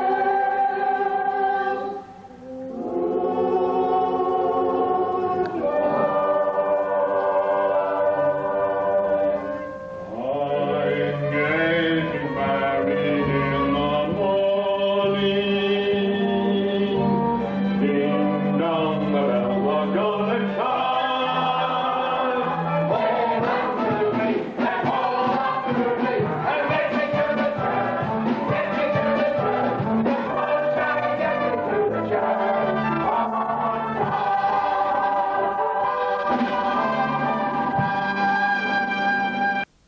Never happened. Yeah. Oh, for God's sake, Pickering, stop being daft and do something. What? Who's the police really there for, in heaven's name? Sir, you can't be nice to say to the police if she were a thief or a lost umbrella. Why not? I want to find the girl. She belongs to me. I paid £5 for her. Quite right. The Scotland Yard, please. Could I have some coffee, please, Mrs. Benn? Thank you so much. Yes, good morning, old chap. Colonel Pickering here, 27A Wimpole Street. I'd like to report the missing person. Anything you can do to assist in a recovery will be most vitally appreciated. I'm not without influence, you know, and I'll see to it that your superiors get to hear. Right. Eliza Doolittle, white, say she's about 5'3". Oh, about 21 years of age.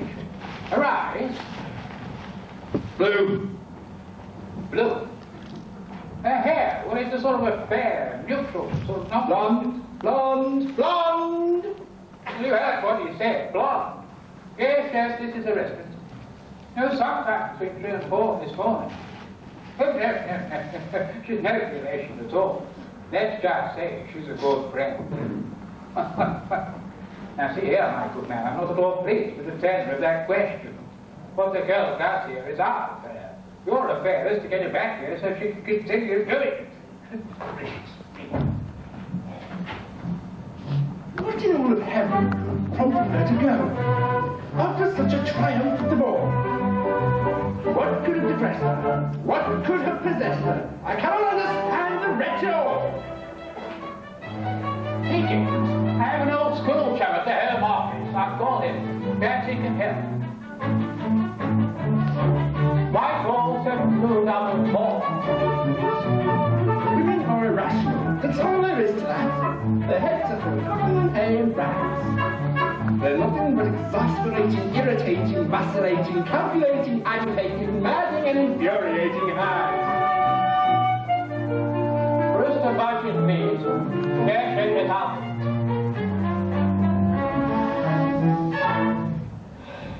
Pickering, why don't a woman to be more like a man? Yes. Why don't a woman be more like a man? Men are so honest, so thoroughly square, eternally noble, historically fair, who when you win will always give your back a pat. Why don't a woman be like that? Why does everyone do what the others do? Can't a woman learn to use her head? Why do they do everything their mothers do? Why do they grow up like their fathers instead? Why can't a woman pick up a man? Men are so pleasant, so easy to please. Whenever you're with them, you're always at ease. Would you be slighted if I didn't speak for hours? Of course not. Would you be livid if I had a drink or two? Nonsense. Would you be wounded if I never sent you flowers? Never. Why can't a woman be like you? One man in a million may shout a bit. Now and then there's one with spike effects. One perhaps with truthfulness without bit. But by and large we are a marvelous sex. Why can't a woman take after a man? Men are so pleasant, so easy to please. Whenever you're with them, you're always at ease. Would you be livid? Call up. Would you fuss? Would you complain if I took out another fellow? Nonsense. Why can't a woman be like us? Yes, yes, who's the button, please? Posey! You'll never guess who this is. Yes, it is.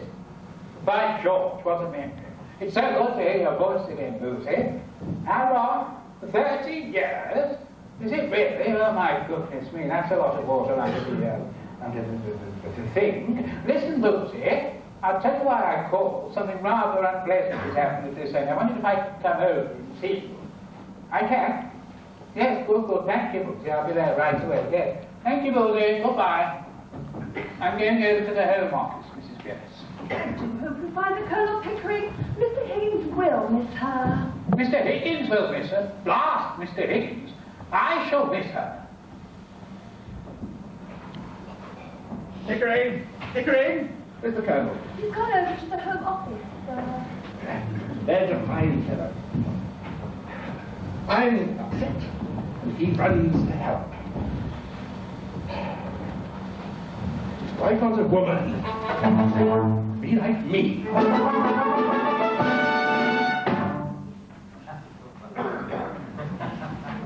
And you mean to say that after you did this wonderful thing for them, without making a single mistake, that they just sat there and never said a word, never petted or admired you, or told you how splendid you'd been?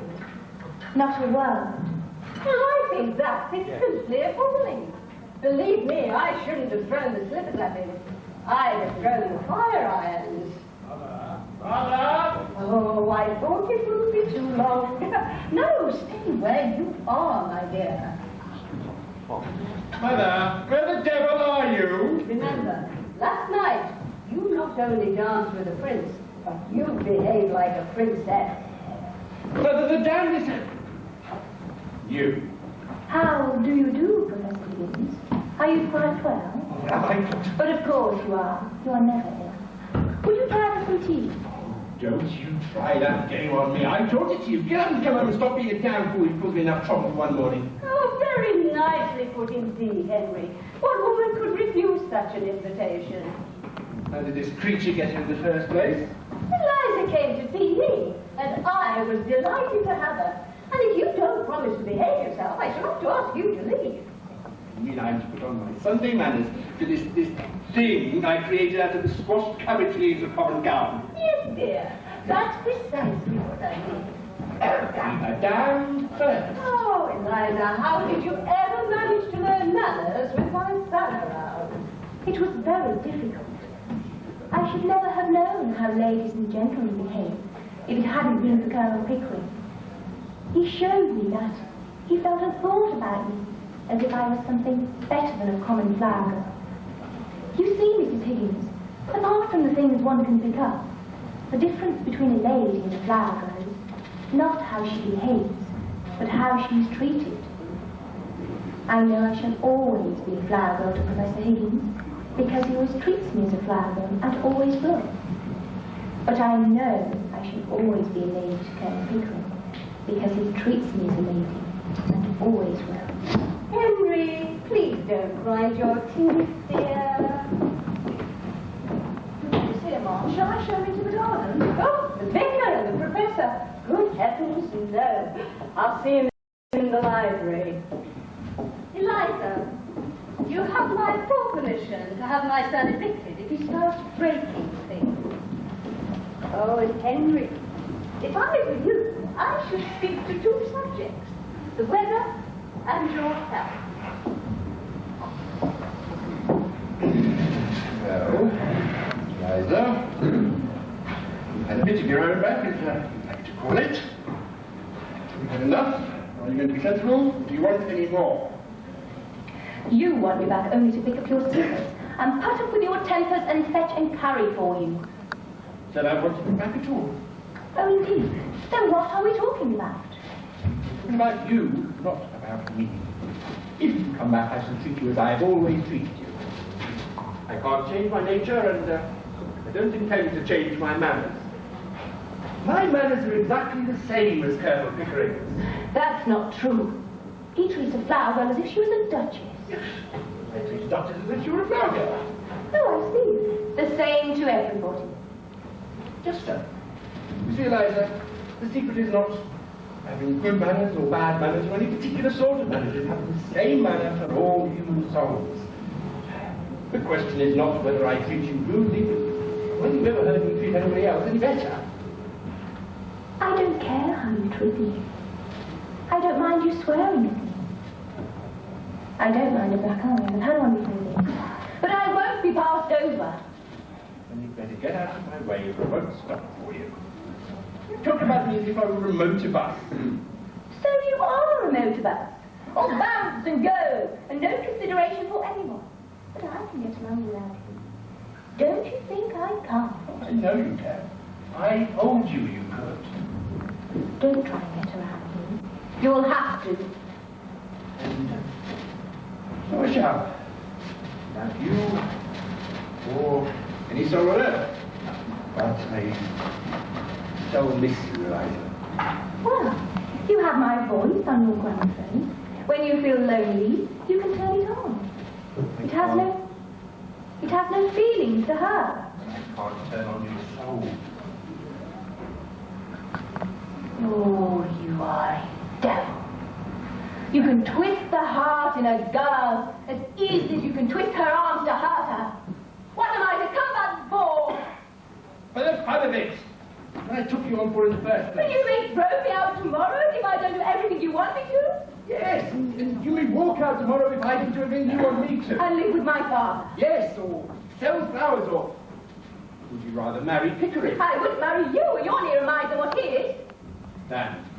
Then please, I'll talk as I like. It's not the sort of thing I want. Don't you think it? I've always had captain of wanting me that way. Freddie Hill writes to me twice and 3 times a day. Sheets and sheets. So, in short, you want me to be as infatuated about you as he is that it?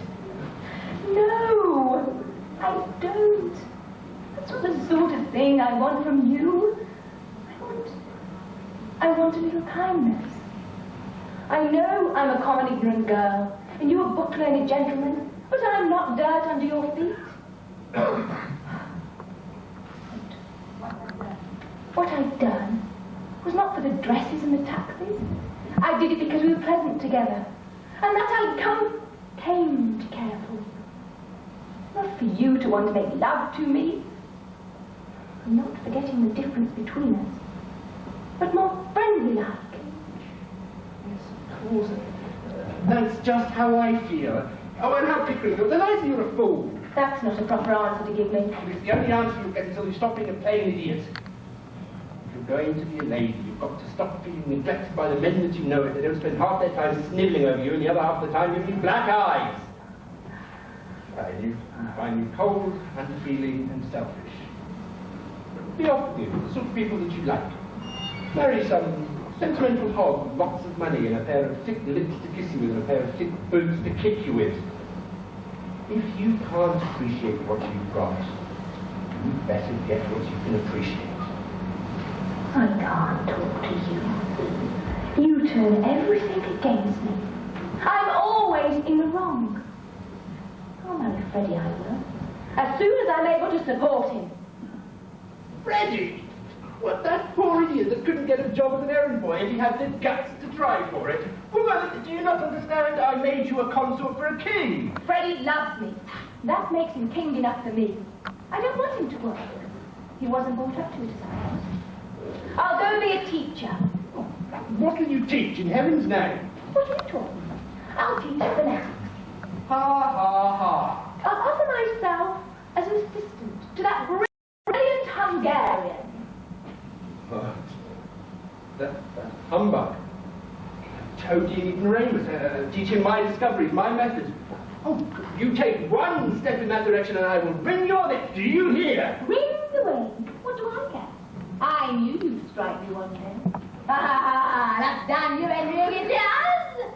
And I didn't get that. You're bullying. Big. What a fool I was. Make you worry all the time. What a fool I was. What an aggravated fool. What a much-headed dog was I.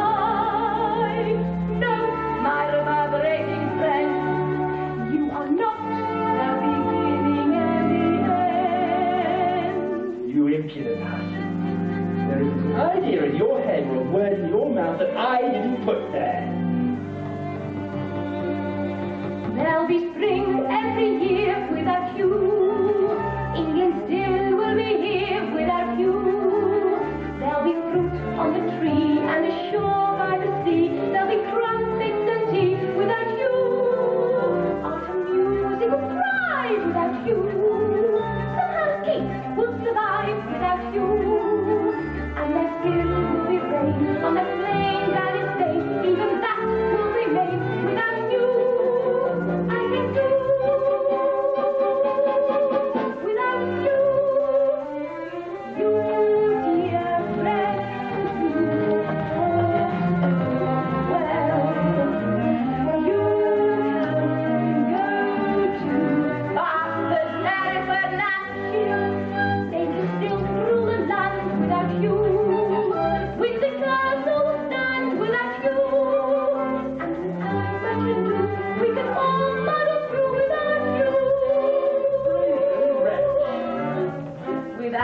your whirling, it's the tide dancing.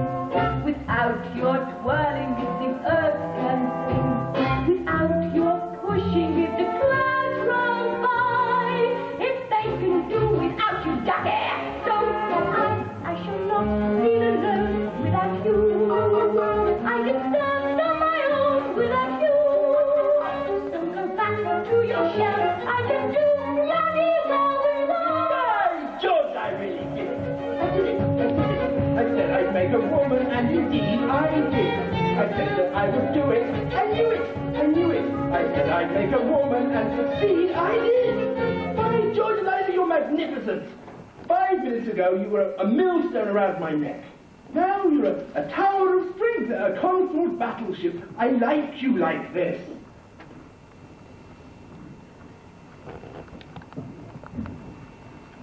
Goodbye, Professor Higgins. I won't be seeing you again.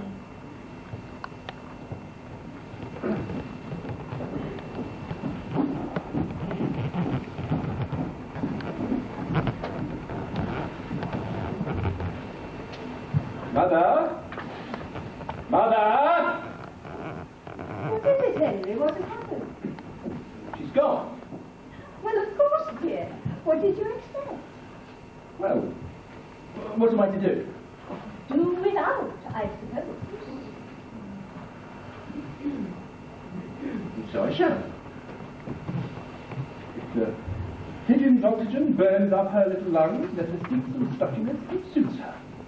She's an owl, sickened by a few days of my sunshine. I can do without her, I can do without any soul on earth. I have my own soul, my own spark of divine fire. Oh, bravo, Eliza!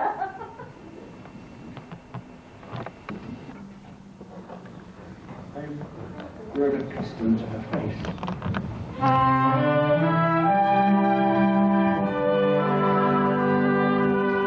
She almost makes the day begin.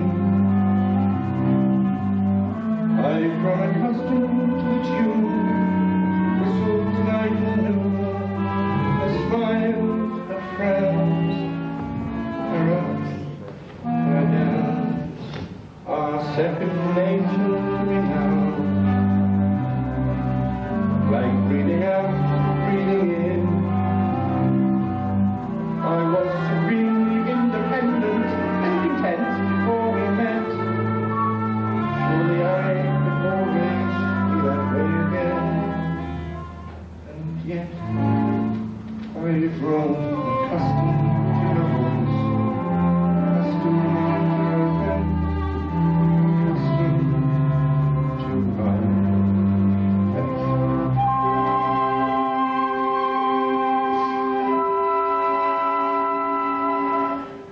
Marry Freddie. What an infantile idea. What's a heartless, wicked, brainless thing to do? Oh, but she'll regret it. She'll regret it. It's doomed before they even take the vow.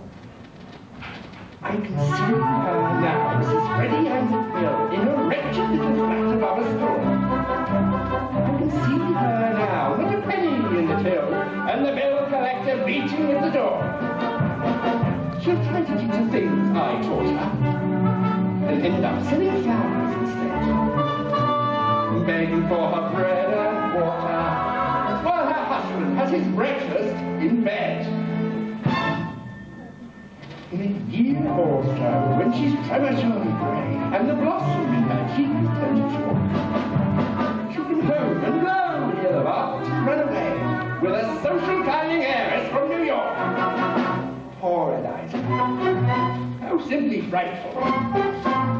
How humiliating. How delightful. How poignant it will be on that 11th night when she hammers on my door in tears and rags, miserable and lonely, repentant and contrite.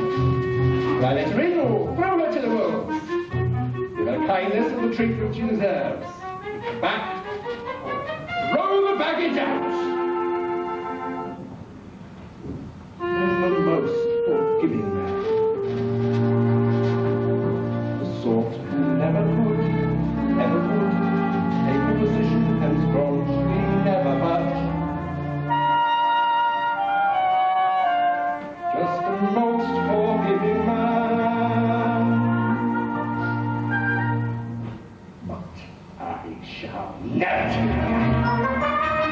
Then she went rolling on her knees. Let her shiver, let her moan, let her promise to atone. I will slam the door and let the Hellcat free. Marry Freddie. Ha!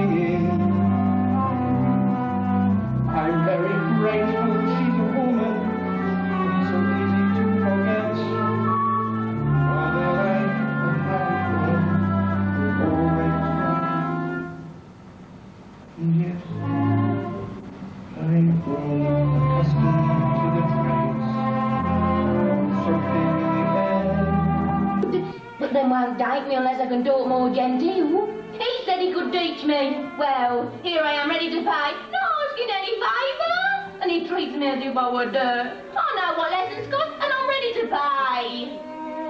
It's almost irresistible. She's so deliciously low, so horribly dirty.